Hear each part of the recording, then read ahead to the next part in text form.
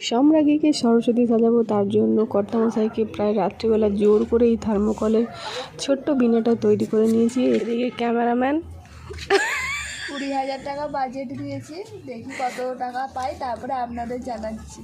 বাবা আমার মেয়ের আয় উঠে গেল। টাকা নিয়ে ফিস্ট হবে। 20,000 টাকা দিয়ে ফিস্ট করবে? কি বড় লোক রে বাবা।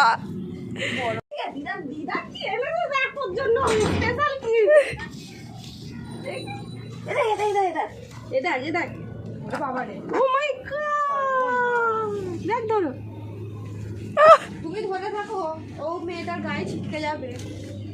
আমার ধরো ধরো, হাত বলো, হাত বলো। আমার গলাটা ধরতে বলো, গলার কাজটা।